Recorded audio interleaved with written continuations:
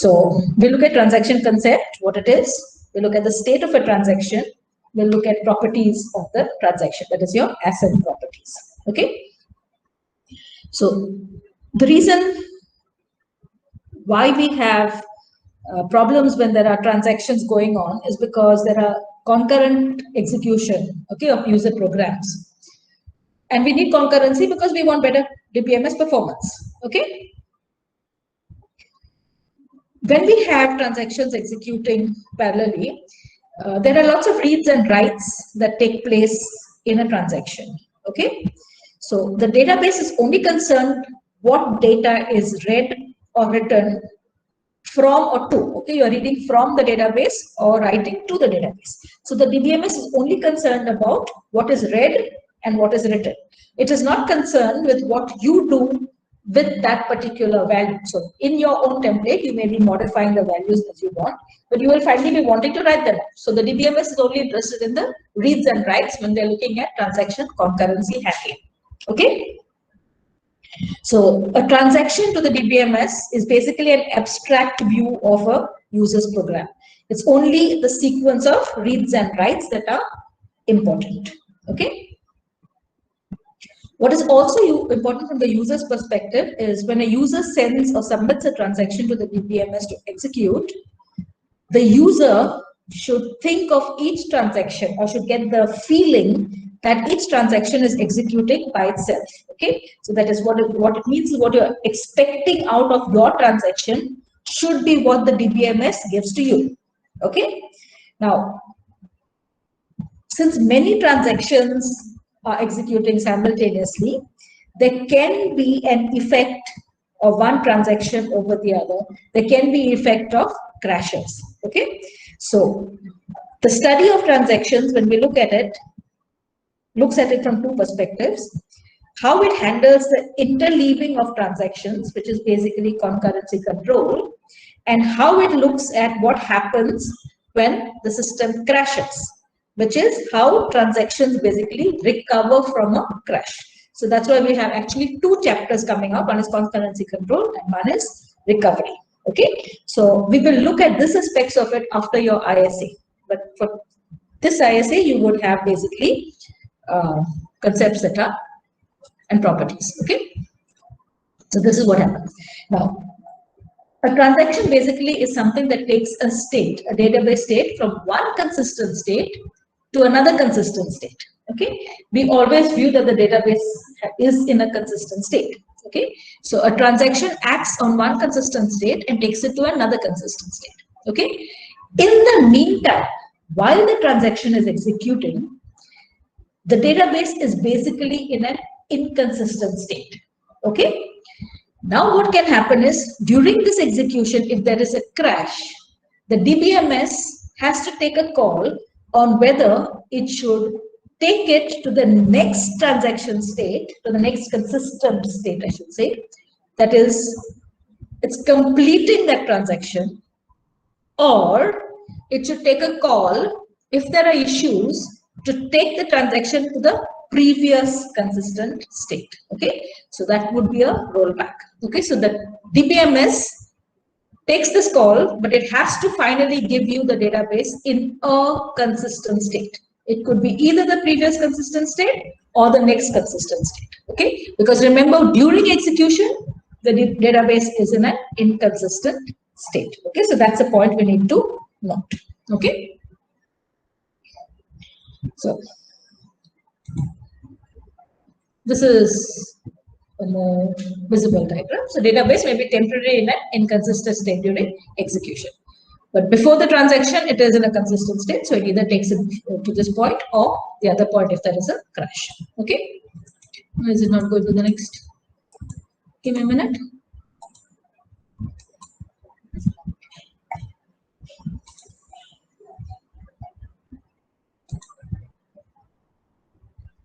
Okay, so what does the transaction do? Let's look at an ATM transaction. Okay, when you go to an ATM, the entire thing should be considered as a transaction. So first thing is, you have to update your database, okay, to reflect the fact that there is a real world event that is taking place. And the real world event that you're performing is basically you're either doing a deposit or a withdrawal, but it's an event, okay?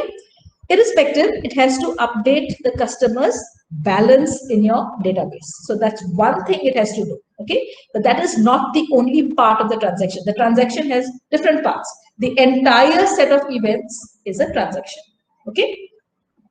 Remember, when we say update, it's an SQL statement. So that is one SQL statement, okay? Then it has to dispense the cash, okay?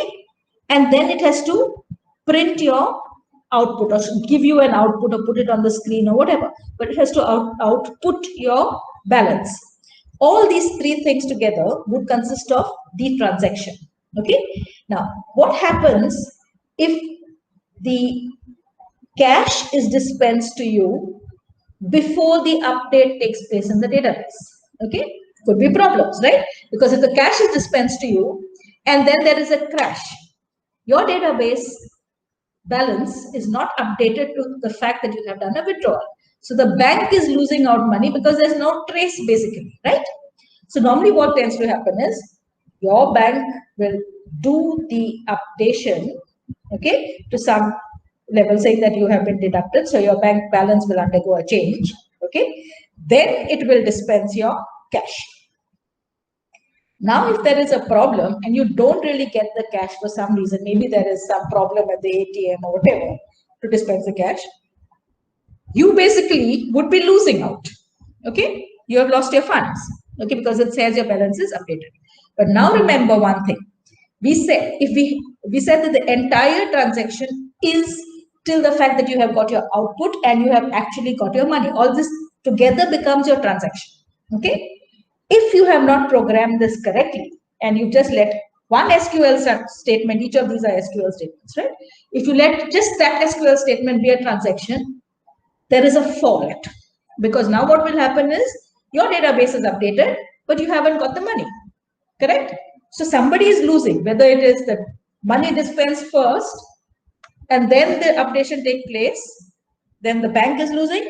But if it's the reverse, okay, your balance is updated first and then the cash is given to you, you are losing, but somebody is losing, right? So this cannot afford to be take place. That is the reason why all these together should be considered a transaction, because if something goes wrong and you are not given the money or whatever, this update that has taken place is only done in memory. It is not made durable on the database, okay? And you can always do a rollback. That is why during this phase of execution, it is in an inconsistent state. So it is the duty of the programmer, okay, to decide what is the entire transaction, okay? And once you have correctly or semantically identified the transaction, you always tell the DBMS, begin transaction, end transaction. These are the sequence of events in my transaction. So then it is the duty of the DBMS to maintain the consistency by considering this entire thing as a transaction. So it will either roll back or push it forward depending on how that transaction has performed. So that is the recovery part of it, okay, that we will look at later. But is the concept of the transaction understood? That is important, because remember, as a programmer, you would be writing your transaction, okay? So you cannot afford to make mistakes where, you know, the consequences can be quite a lot, okay? So that is one of the reasons we've also said, sometimes you say, it has been deducted from my amount, but that's what it may have been deducted from your amount. It may not have come back on the other side. Okay, so then the DBMS has to do a rollback. It takes time depending on how it has been configured. But it has to be, as a programmer, please note this, it is extremely important. You have to semantically know what is a transaction. Because by default, the DBMS takes every SQL statement. Remember, that is an auto commit you must have seen in your labs. Auto commit can be tuned to what you want. But if auto commit is every SQL statement and you have not decided what is your transaction, there could be problems. Okay. So this is what we were looking at. So what are the sequence of statements that you could end up having in a transaction? You have begin transaction, obviously you have end transaction. Okay. We said that the DBMS is only interested in reads and writes. So that's a reads and writes are important. Okay. Then you can say commit your transaction. That actually makes your database data durable. That means it's writing it onto the disk. Okay. Once you have committed, you cannot abort. Okay, that means you cannot undo or you cannot kill that. The only way you can now have a transaction eliminating what has been done is by writing a compensatory transaction. Okay, so that's another point. Then you can redo and undo. So this is what the DBMS will also end up doing, depending on whether it takes it to the back stage or to the forward stage. Okay, so that means to the previous consistent state or to the next consistent state. Okay. Okay. So let's look at transaction states. Now, these are the normal states that are there in a transaction. You have active, partially committed, failed, aborted, and committed. Okay. Now, active state is a state when it's the initial state, obviously. Okay. It's the state when the transaction just starts executing and the transaction remains in this active state for as long as it is executed. Okay. The next thing is a partially committed state. Now, you will understand this much better when we look at recovery. Okay. But as of now, I will try to explain it to you without looking at logs and things like that. Okay. Now, in a partially committed state, remember you have begin transaction, end transaction. So the entire transaction actually, in your opinion, has completed. Okay, because it has reached its last end transaction statement. But remember, whatever has been done over here is only done in your template or your workspace in memory where you are executing your transaction. Okay. Now, this updates that has been done has to be pushed onto the disk. Okay. Now, reads that you do not affect the disk data, but whenever you do a write, okay, the disk data needs to be also reflected on that write. Okay. Now, the writes we said are performed in memory first. Now, they cannot be directly pushed onto the disk because, as we said, there could be a failure, there could be a problem in the transaction, and the transaction may need to be rolled back. Now, if the writes that you do are directly written onto the disk, there is no rollback because the data that was there on the disk previously is lost. Correct? So what the DBMS needs to do is when you do a write, it first writes something called a log record. Okay? That log record actually tells what the person or what the transaction has performed. What are the transaction changes being made to the data that is there on the disk? Okay. Once your entire transaction is completed and you have reached your end transaction, for your point of view, you think you have finished your transaction, but the log records may not have been updated to the fact that you have committed that transaction. Okay, so there is a difference. But once you have committed your transaction, when you say commit or auto commit or whatever is the committed method, but once you have committed your transaction, the DBMS writes log record is committed. Okay, and that means you have actually committed your transaction, and now it is the duty of the DBMS to see that whatever update you have made once you have committed your transaction is actually made on the disk. Okay, so there is a time lag between partially committed and committed. Okay, partially committed implies you have completed your transaction, log record may have been updated. Okay, but commit means your database needs to be updated also. Only once the database is actually updated, you can think of it as an actual committed transaction. Database is made durable. Okay, that's a word that is being used. Okay, so these are the sequence of events basically that are there. Failed, you know, Failed is after the discovery that your normal execution can no longer proceed. That's a failed transaction. Okay. Aborted, after the transaction has been rolled back, then the database is basically restored to its state prior to the start of the transaction. Okay, that's what we said. Now, there are two options after a transaction has been aborted. Okay, we can restart your transaction, or at least the DBMS can restart it, but it makes sense to do this only if there is no logic error that is there in your transaction. Otherwise, the same thing will go on happening. Okay, the same sequence of errors would take place. Another thing that you can do is kill the transaction. Okay, so killing the transaction in effect is taking it to the previous state, and you can rewrite your transaction properly and then restart your transaction. And of course, committed is after successful completion. So the sequence of events that are there is when you begin your transaction, you are there in your active state. Okay, it remains in this active state for as long as the transaction is not ended. Okay, so from the active state, you can either end your transaction. That means we said it goes into your partially committed state. Okay. Again, we said in a partially committed, we'll come to that later. If there is a problem during its execution, okay, that means you have still not committed, but there was a problem which was discovered or failed or crashed or whatever prior to your end transaction. Okay, so that means you've moved on directly to your failed state. Okay. We said even though you have been in a partially committed state, there is a time lag between when the data is actually committed, right?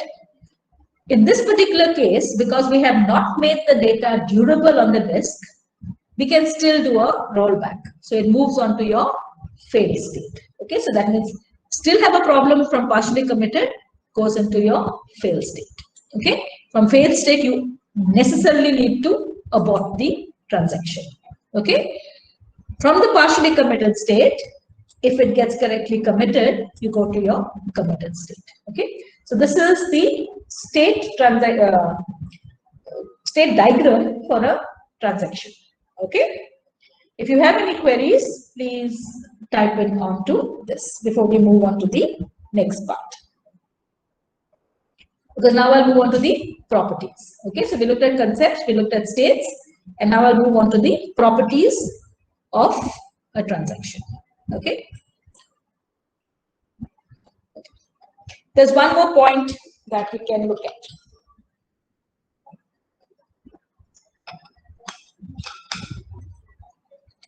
Whenever you write an output to a user, take for example, even that ATM thing,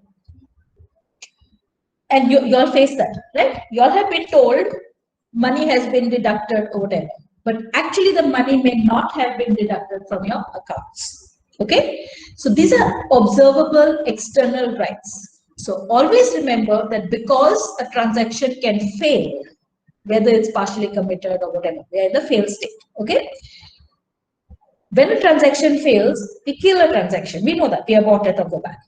But if your external right has taken place before the commit, okay, you are misleading the end user to think of something that may not have happened. Okay, so it's always good to write your observable external right only once you have put your commit statement. Okay, so once you have finished written your commit statement, after that you put your observable external rights. So the user actually knows that your database has committed that particular transaction. Okay, and then you'll get your correct outputs. Okay, but what if you have not done that also? And what if you have, given misleading information to the end user? You have to take some compensatory actions also. The compensatory actions are two types. You can either send a message back to the user saying this is the problem or whatever, but more importantly, remember that sending a message is just a message. It's not what is actually happening in the database. In the database, you need to have compensatory transactions. So if you have written a wrong transaction and committed that wrong transaction for some reason that has happened, okay, some errors in the transaction itself, but you have committed a wrong transaction, you would necessarily need to write a compensatory transaction, which undoes the effects that you have created. Okay, so in normal conditions, when all transactions go correct, okay, the undo takes place directly by the DBMS through its own recovery actions. Okay, but in certain conditions, if you have committed a wrong transaction, then the programmer has to write the compensatory transaction. Am I making sense? Okay. Let's go to the properties of a DBMS. Okay, you know, these are the famous properties. They are the ACID properties. So ACID basically stands for atomicity, consistency, isolation, and durability. Okay, and these properties are there to preserve the integrity of your data in your database. And the DBMS must ensure these ACID properties. Okay, we said that NoSQL doesn't have ACID properties, NoSQL has base properties, but we're not looking at NoSQL databases, we're looking at traditional RDBMSs. Okay, so what do we mean by these properties? So I have that there, so you can. So atomicity basically is either all the operations of the transactions should go through completely or none. Because we've always said that the DBMS has to go from one consistent state to the other consistent state. Okay, so if there are errors, you would take it to the previous state, which means that you're going back to the fact that either all transactions in the database are properly reflected in the database or none are there. That means we're going to the none state, okay, because we are taking it back, we're doing a rollback. Okay, most of the time it goes on to the next state, which has to be a consistent state. Okay, so basically atomicity implies either all the transactions, all the operations of that transaction go through or none at all. Okay, consistency. Consistency is basically the fact that when you are writing your transaction, you write it with the idea of the fact that you are doing it on your own. That means you think that yours is the only transaction executing at that point of time. Okay, so when you write a transaction, you have to write the transaction by preserving the consistency of the database. Okay, what could I mean by this? Let's say you want to transfer some amount from your account to somebody's account. Okay, so let's say you're transferring $1,000 from your account to somebody's account. Now, you may make an error in that transaction by saying your transaction, we'll call it A, and somebody's transaction, we'll call it B. So you say A equals A minus 1,000. But when you're putting it into B's account, you say B equals B plus 5,000. What has happened? You as a programmer has destroyed the consistency that is there in the database. Why? Because A plus B at the start of this transaction should be the same as A plus B after this transaction. But what has happened? You have made a mistake and the values have differed. Okay, so that's one example of what we mean by consistency in the database. There are different ways in which you can violate the integrity that is there in the database. But as a programmer, you have to maintain the consistency. Okay, so then what is the duty of the DBMS? Whenever there are concurrent executions, we said transaction interleaving could cause a problem. Okay, so although there are many people using the DBMS at one point of time, the DBMS gives you the property of isolation. Okay, so that's the meaning of isolation. Many times, I mean, that's the meaning of the I in the ACID properties. Many times people look at C as concurrency. Okay, but C is not concurrency. Okay, that's a mistake many students make when I ask them a question. Okay, C is not concurrency, C is consistency. Okay, and the actual idea of concurrency is the word isolation. Okay, so it means that you are given the property of isolation even though there are multiple concurrent transactions going on in the database. Okay, so each transaction basically must be unaware of other concurrently executing transactions. That's the meaning of the isolation property. Okay, fine. Now, as many people are executing in the transaction in the database, there could be intermediate values, okay, of the same data item. But these intermediate values are actually hidden from all the other users. Only the user who's writing onto that particular data value sees it. When it is updated onto the database, then there is a sequence. So there's something called serializability, okay? That plays a role to decide how the updates are made on the database. So we'll look at serializability and all, and we're looking at concurrency issues, okay? And we said durability. Durability basically means that whatever changes you make have to be made permanent or persistent in the database. So these are the meanings of the ACID properties. Okay. What are the issues that can take place? There can be various kinds of failures. There could be hardware or failures or system crashes or whatever. But it is the duty of the database to still maintain these ACID properties irrespective of what are the failures that take place. Okay. So this is that's why this leads to two chapters. We said one of them will lead to recovery and the other one will lead to concurrency control. Okay. So let's just look at how this would apply. Okay, these four ACID properties would apply basically to this transaction. So here in this transaction, we just use this example. Here also it happens to use this example of transferring, say, $50 from account A to account B. Okay, so these are the sequence of steps. First, account A would read its own value, read the value of A, minus 50, write A, then read B, write B, modify B, and then write B. This entire thing should be considered as one transaction. If we split this up here, the programmer doesn't say begin transaction at this point. I have to write before this begin transaction. Okay. Now, and end of this as end transaction. Okay. If I don't do this, remember these reads and writes SQL statements. What will happen? The DBMS would consider this part as one transaction.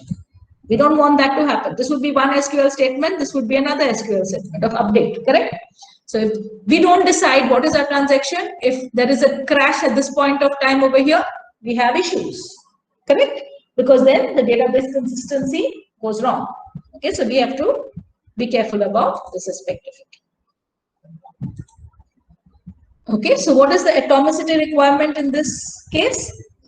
If by any chance there is a failure at, say, step 3, okay, after step 3, we've done something after step 3 and obviously before step 6, okay, there's a failure over there. The system should basically ensure that whatever updates were made over here are not reflected in the database. Okay, otherwise we have inconsistency in our database. So that's what the atomicity requirement would imply.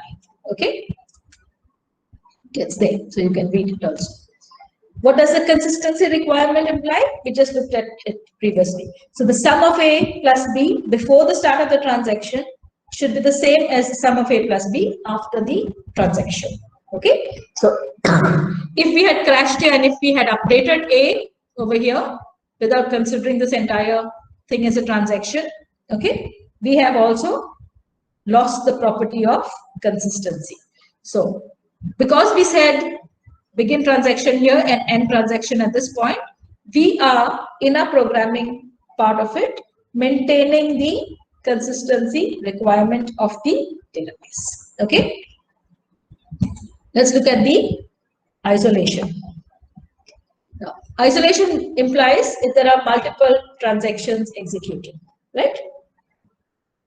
Now, if whilst executing this transaction, another transaction comes into our system, okay, and before this update is actually made onto the database, okay, or wherever the DBMS is reading from. It can also read, by the way, from the memory region if the data is already there. We'll come to all that later, okay. But if in the meantime another transaction comes in and reads a value of A over here, okay, It has read that value of A. Now, if the transaction actually has committed, ends up getting committed, I should say, then we really don't have an issue. But if this transaction does not end up getting committed, and for some reason this transaction is rolled back, this new transaction, say T2, has read a wrong value of A. Correct? So we should not, or the DBMS now does not allow that to happen. You as a programmer will only decide how somebody else can view your transaction. So there are basically different isolation levels. Again, we look at that later. But we know for now that a DBMS or any new transaction should not read a wrong value. Okay? So if between the steps, say step 3 and say step 6, okay, because step 3 is doing a write and step 6 is doing also right. So if in between that another transaction basically is allowed to read that partially updated database, it is basically reading an inconsistent state of the database. Okay, and there are issues if it has an inconsistent or looks at an inconsistent state. Okay, so one way of doing it is looking at it serialized, looking at transactions serially. But we said that is not a good thing to do because we want concurrency to improve our performance. Okay. And the next thing is durability. So once the user has notified that transaction is completed with a commit, then the updates to the database must be made persistent. That's what we said. Okay. So let's just look at some more things. Let's look at these two transactions, T1 and T2. T1 is basically transferring some amount from account A to account B, and T2 is now giving everybody an interest of 6%. Okay. Now, whenever we submit multiple transactions to the DBMS, could be from a single person or it could come from multiple users. We don't know that. Okay. So, whenever transactions are submitted to the DBMS, as a user, you cannot guarantee which transaction will execute before the other. Okay. So multiple transactions, even if they come simultaneously to the database, there would be a fraction of a time cycle that will happen, but you don't really know. Okay, so you cannot guarantee which transaction executes before the other. T2 could execute before T1 or vice versa. But what the DBMS must guarantee is that consistency of all those properties that we looked at are preserved irrespective of how these transactions execute. Okay, that means it is guaranteed that the effect of the transaction is what may have happened if these transactions were executing serially. Okay, so what it means to say is either the effect would be T1 followed by T2, or the effect could be T2 followed by T1. Okay, this means we are not saying that T2 is executing after T1. Okay, there's a big difference between the two. We're not saying T2 is executing after T1, or in the second case, T2 is executing before T1. We're not saying that. We are saying that the DBMS must guarantee that the effect of these two transactions executing concurrently is as though they were executing serially. Okay, because if we execute them serially, we are losing out on performance timing. Okay, our performance of the database goes down. So we are allowing concurrency to take place, but the effect is as though they were executing seriously. Okay, serially. So how these transactions take place later on, we will look at through something called serializability. Okay. Many times you confuse serializability with serial. No, they're not the same. Serializability implies the two transactions are executing concurrently, but consistency property and isolation properties are guaranteed to you, and the others, of course. Okay, but more important for concurrency is isolation and consistency. Okay. Okay, so that's the statement written there. Okay. So let's just look at which of these examples would be allowed and which ones would not be allowed. Okay, so let's have a look at this example. Now, These are the same two transactions, and this is one way of interleaving these transactions. Okay, now that means at some point of time T1's A got modified, and then it was followed by T2's A and B and so on. Okay, so this is the time order that we are looking at. Okay, so this is the timing we are going through. Okay, this transaction would be acceptable because it preserves the consistency of the database. Okay, but what about this transaction? Would it be acceptable? No. Why not? Because here we've reduced A and then we've modified it, but then we have updated B before incrementing its values, right? Before the transaction of part of B was completed for T1. Okay. So we are seeing inconsistent values for A and B, because in this point of time, T2 is looking at A's updated value, correct? But it is looking at B's not updated value. So it's not looking at the same view of A and B. The views of A and B are different. The first view of A is the transactions updated A. But the view of B over here is what was there in the database before it got updated.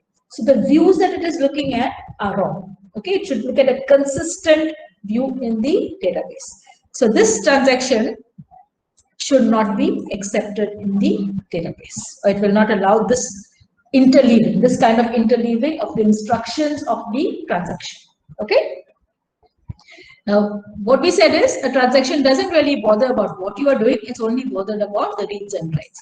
So this transaction can actually be translated into read A, write A, read A, write A, this set of reads and writes. Okay, so this is what would be looked at in the DBMS, but we said this is a not acceptable transaction.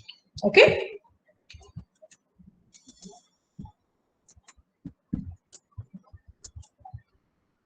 Right, show you certain things of when to put in an observable external write.